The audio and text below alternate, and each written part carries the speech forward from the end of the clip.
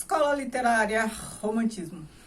Olá pessoal, tudo bem? Eu sou a Carmen e hoje eu venho abordar, acho que uma das escolas mais esperadas, né? Romantismo geralmente é a preferida ou a mais conhecida, uma dessas duas coisas. Mas, como sempre, antes de começar a discorrer sobre o romantismo, mostrar um monte de coisas que eu tenho aqui, vou pedir para você se inscrever neste canal, caso ainda não seja inscrito, e que me siga no Instagram, o Kiwi do Mundo, e que curta esse vídeo logo de começo, porque romantismo é uma das escolas mais complexas, mais impactantes, então dá trabalho falar dela. Eu já andei falando muito de romantismo por aqui, mas antes de mais nada, acho que a primeira informação relevante é saber que o romantismo não é só uma escola literária, ela é um movimento estético, como o barroco e como a gente vai ver ainda o modernismo. Isso quer dizer o quê? Que não aconteceu apenas na literatura, então é uma manifestação estética que aconteceu em várias áreas, música, artes plásticas, literatura e por aí vai. E quando a escola literária é também um movimento estético mais amplo, isso quer dizer que ela é muito mais significativa, muito mais complexa. O contexto é mais complexo, porque para artistas de diferentes áreas estarem se mobilizando, produzindo coisas, seja por contestação, seja por necessidade de mudança, seja por crítica, seja por que for, é porque a situação, o contexto, está ali com questões importantes para serem pensadas e refletidas. Eu já fiz alguns vídeos aqui em que eu abordei a questão do romantismo. Um deles foi quando eu tratei do duplo, já faz um tempo, né? Acho que foi Mitos Modernos, o duplo. Apresentei toda essa situação, porque o duplo é uma característica do romantismo, apresentei toda essa situação de formação, de surgimento do duplo, busquei as origens lá do passado, Idade Média até a modernidade, século XIX, enfim, que é o momento ali do duplo. Outro vídeo em que eu também discorri sobre isso foi o sublime e o grotesco, também na série Mitos Modernos, porque essa questão dos opostos, sublime e grotesco, é uma questão também romântica. Ela também está muito próxima do duplo, tem o traço da dramaticidade, tem a característica da dramaticidade do romantismo. E também tem tudo a ver com algumas coisas da Idade Média, com o surgimento da modernidade, com a formação da burguesia. Com isso, já logo digo, o romantismo é um movimento burguês por excelência. E talvez por isso o romantismo ele tenha surgido no século XVIII, né? Eu devia ter dito isso no começo. Século XVIII e século XIX. Aqui no Brasil, mais século XIX. E o romantismo, ele também, por ser muito complexo e abrangente, né? Ele teve fases diferentes. Então, teve fase nacionalista, teve a fase mais dramática. A gente vai ver autores, todos românticos, que produziram obras muito diferentes, muito distintas. Por quê? Porque cada autor está ali pautado, baseado num dos vieses românticos, né? Nacionalismo, o amor idealizado, o amor romântico, a dramaticidade dessa situação. E tem também aqueles que fazem um culto satânico, se voltam para o passado porque o que a modernidade está apresentando não está agradando. E esse é o link que a gente faz também com o duplo. Temos aí vários autores que se desenvolveram nessa área também. E com isso já digo que o romantismo foi o primeiro movimento, a primeira escola estética, rompeu com a antiguidade clássica, porque todos os movimentos que nós vimos até agora tinham um pé no clássico, cada um de uma forma.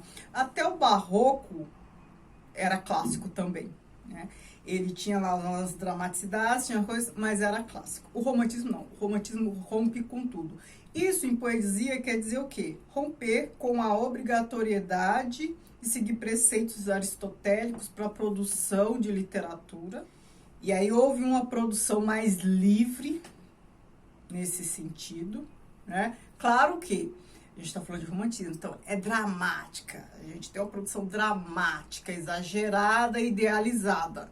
E essa ruptura com o clássico em todos os âmbitos. Porque, como eu já disse antes, até o teatro era em forma de poesia rimada e tal. O Fausto do Goethe era assim, a produção de Shakespeare era assim, Corneille, Racine, todos produziam a lá Aristóteles, porque todos estavam com o pé no clássico.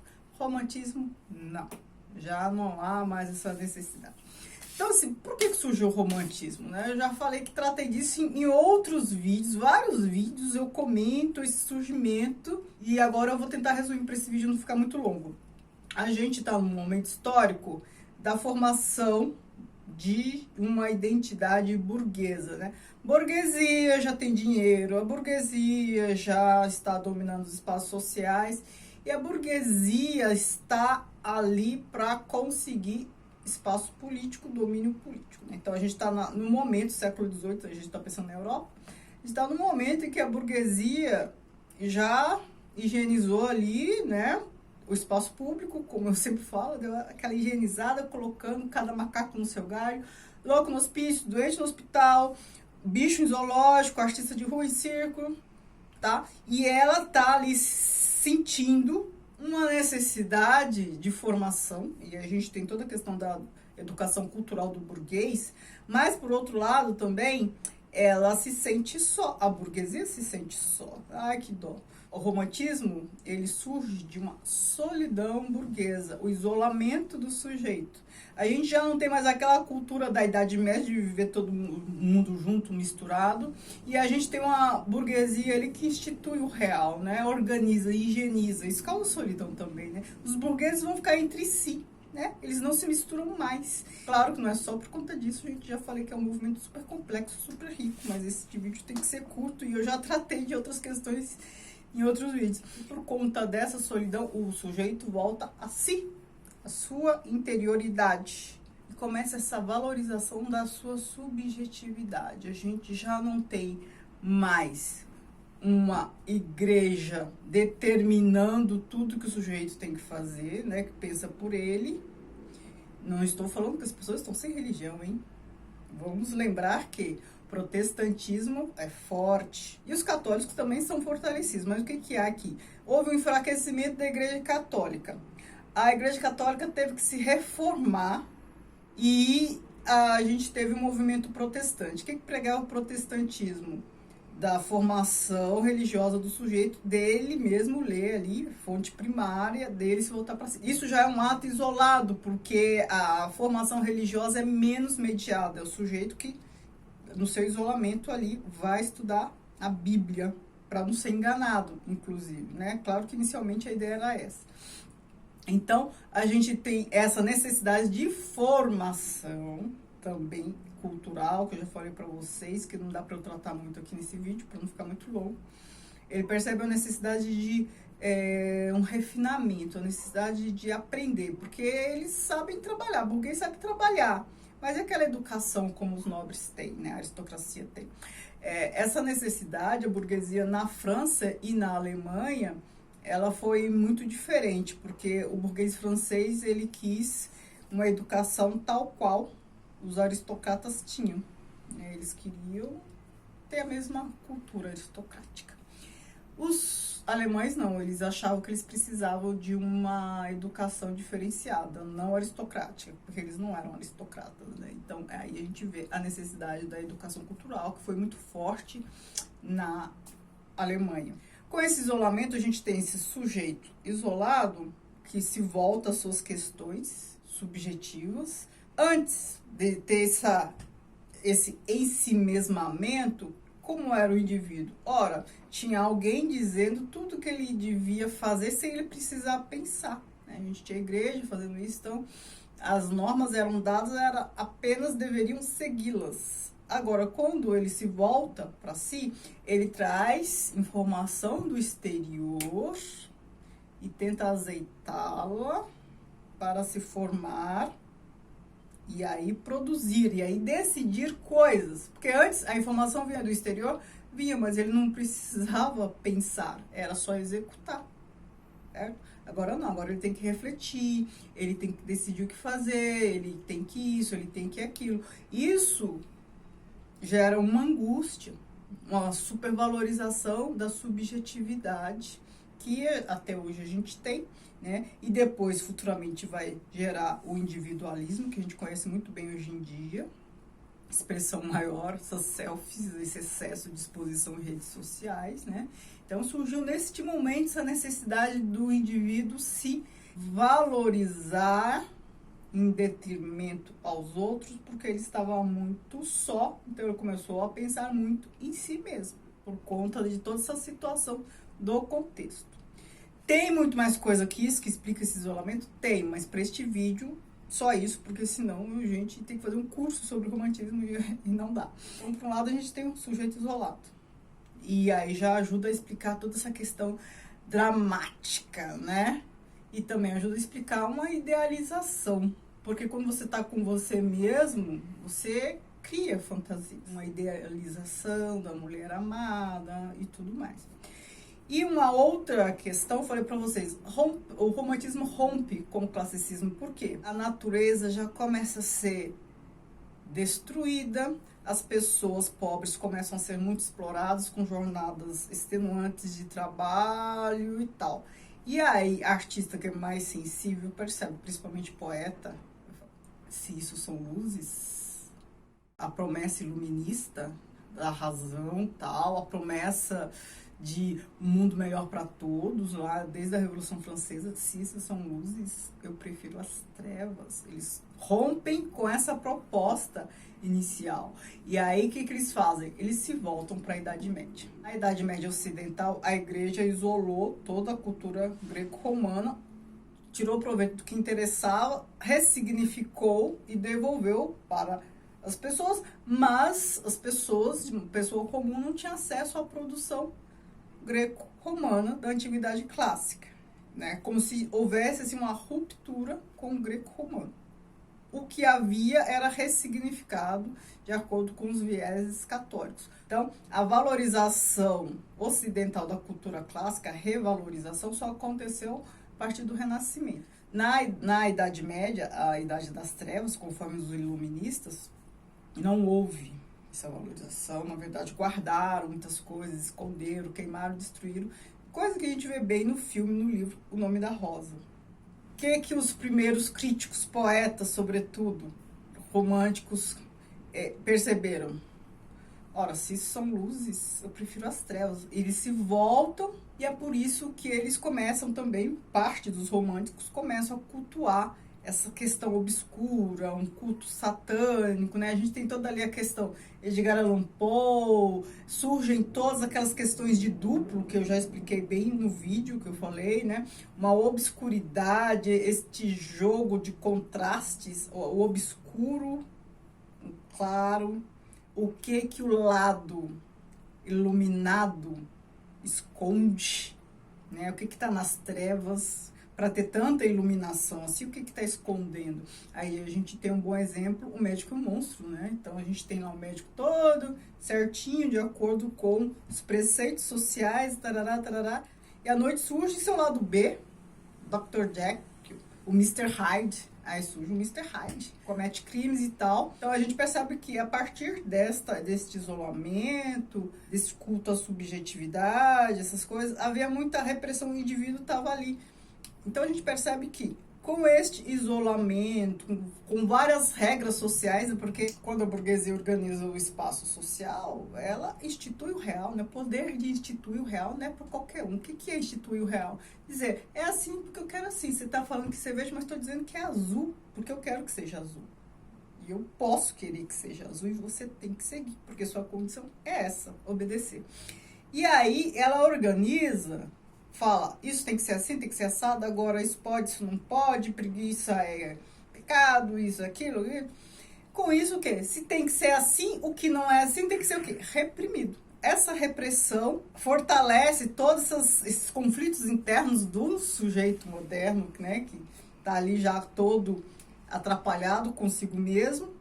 E é por isso que surge a psicanálise de Freud, né? A partir do romantismo, a partir dessa situação, toda essa condição aí que eu tô falando do Dr. Jekyll e Mr. Hyde, tem essa questão da crítica à modernidade que a Mary Shelley muito bem expressou em Frankenstein, o homem, está querendo controlar tudo, mas ele vai perder o controle dos seus objetos e os objetos é que vão passar a controlá-lo. Hoje a gente vê isso muito bem, principalmente com o celular, né? Quem manda em quem, afinal. A gente já viu isso com o relógio que determina nosso tempo, por aí vai. Então, tem muita coisa acontecendo neste momento. E aí, já deu para perceber também que o romantismo, ele tem uma proximidade com o barroco. Ele se volta para a Idade Média, então tem toda essa dramaticidade de opostos e tal, como a gente viu no barroco, só que sem religião. Não tem a questão da religião que o barroco tem. E o romantismo também, ele não é clássico, ele não cultua o clássico, ele rompe com o clássico, né? Coisa que o barroco não fez, o barroco ainda era clássico. E a gente também tem um outro aspecto romântico, que a gente vai ver muito na literatura, principalmente brasileira. A gente está ali num momento, no contexto histórico, de formação dos estados nacionais, principalmente no país como a Alemanha, né? Ali surgiu o romantismo e ali a gente tem toda aquela busca por unificação da Alemanha com Bismarck. E a Itália também foi outro país que nesse período se unificou com Garibaldi e tudo mais. E essa formação dos estados nacionais busca o quê? Um fortalecimento de identidade. Então, o que é ser alemão? O que é ser italiano? Aí busca um fortalecimento da história do povo, do seu passado heróico.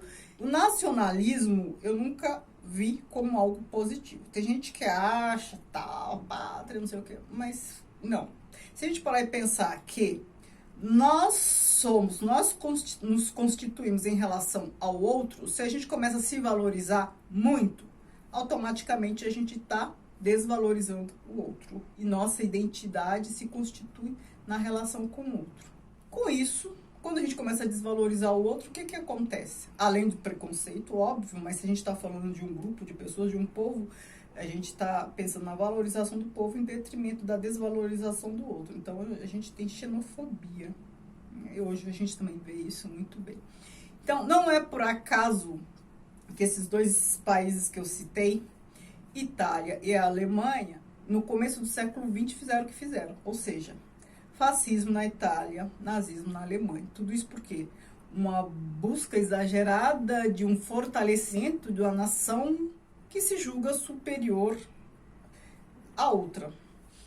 E aqui no Brasil, como eu falei, o romantismo surgiu fortemente no século XIX, principalmente nesse contexto de fortalecimento do Estado Nacional, né? Então, assim, quer ser brasileiro, é a busca das origens, né? Formação do povo brasileiro. A gente está num contexto aqui de ainda tem escravidão, né? E aí o negro não é considerado na formação do povo brasileiro. A gente está falando mais precisamente do começo do século XIX até meados do século XIX. E aí foi pensada uma formação do povo a partir de portugueses e indígenas, traços, a valorização da terra, a valorização da pátria e tudo mais. Não estou dizendo que as outras características do romantismo, né, toda aquela dramaticidade não ocorreu também, né? A gente teve aqui poetas, autores que se desenvolveram nesse lado. Mas, pensando em contexto histórico e não em produção literária, o contexto histórico brasileiro estava nessa situação, não de burguês isolado, porque isso não é nosso, mas era essa situação de formação de Estado Nacional, né? No primeiro momento. Naquele vídeo que a gente viu sobre a Semana de Arte Moderna, também em busca da identidade do século XX, a gente estava num segundo momento de fortalecimento da identidade nacional. Mas aqui, a gente está falando quase 100 anos antes, era um outro momento, ainda havia escravidão e o negro nem era considerado na formação do povo, enfim. A gente tinha a Europa, principalmente a França, nesse primeiro momento, como modelo, né? Busca o fortalecimento da identidade, mas pega outro país como modelo. Parece um pouco contraditório, né? E assim foi. Agora deixa eu começar a mostrar as obras, porque esse vídeo já está gigante.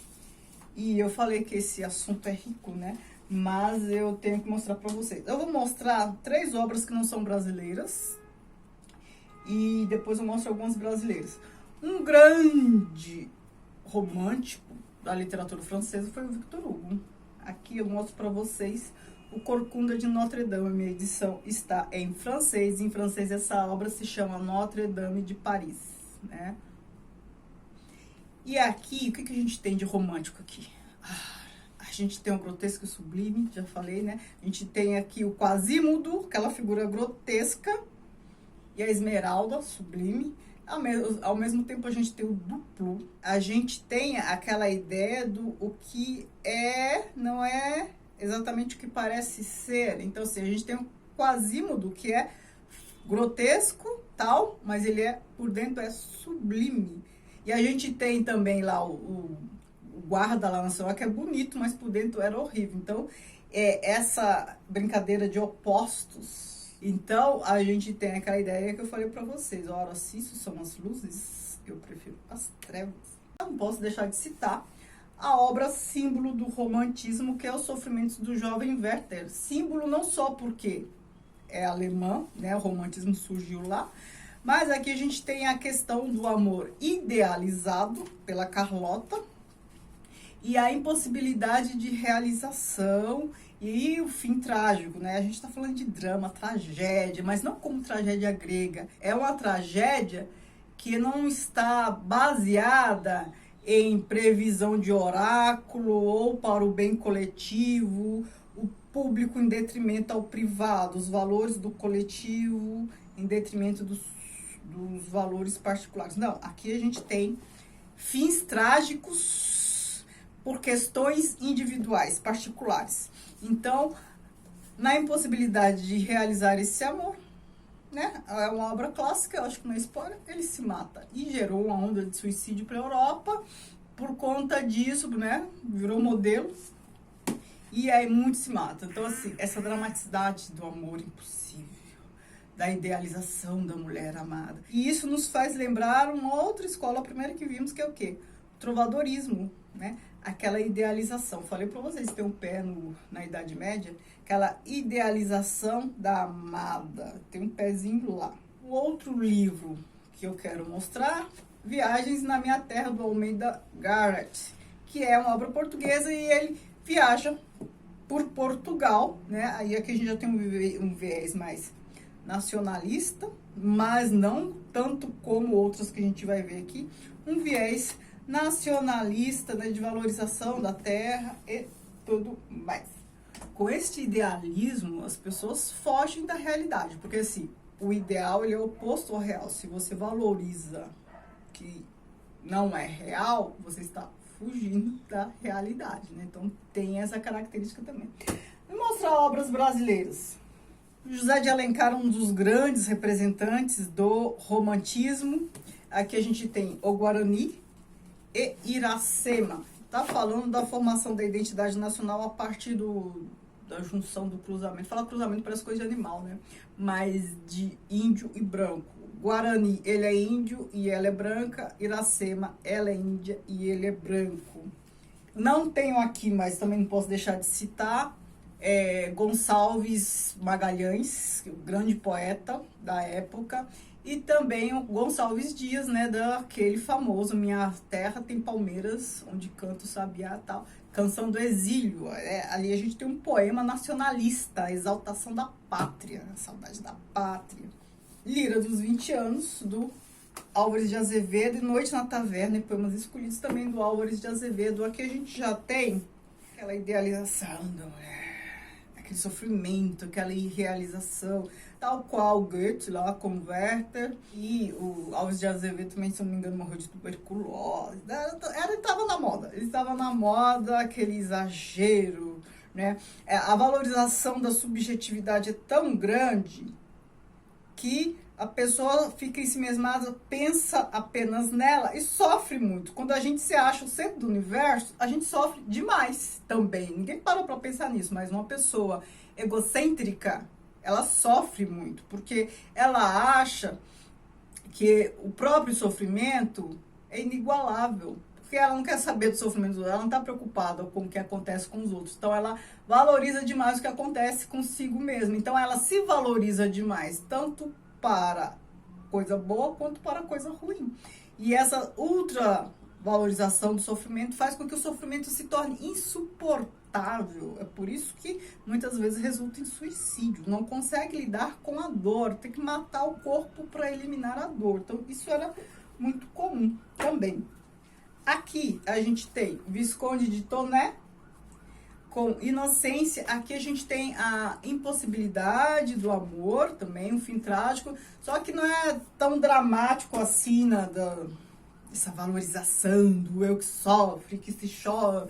Então a gente tem aqui um pouco da paisagem brasileira, um pouco da realidade brasileira, mas um amor também que não pode ser realizado e termina de forma trágica e tal. E a gente tem aqui, num outro momento, já que eu falei que tem 3 fases, Gonçalves Dias tal, primeira fase, Álvares de Azevedo, segunda fase, terceira fase, um grande representante é o Castro Alves. A gente já está aqui mais para o fim do século. Ele fez muitas poesias, muitos poemas em defesa da abolição, né? Então, ele tem Espumas Flutuantes, ele tem Os Escravos, né? Aqui a gente tem uma defesa da abolição, porque já não dava mais para ficar daquela forma. Então a gente tem uma dramaticidade também, não é porque está lutando por uma causa justa e social que não vai ser dramática, né? A gente está falando do romantismo. A gente tem o Castro Alves aqui com essa poesia forte, né? Tem um drama aqui,